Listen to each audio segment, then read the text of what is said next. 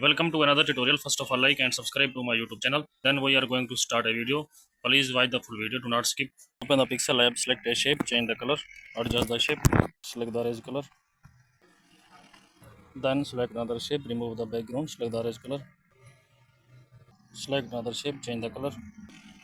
Select a photo, crop the photo, remove the background, select the erase color to back the photo. Duplicate the shape, select the color filter,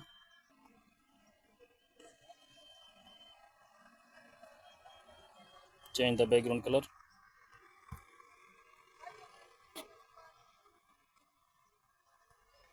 Please like the video and subscribe the channel.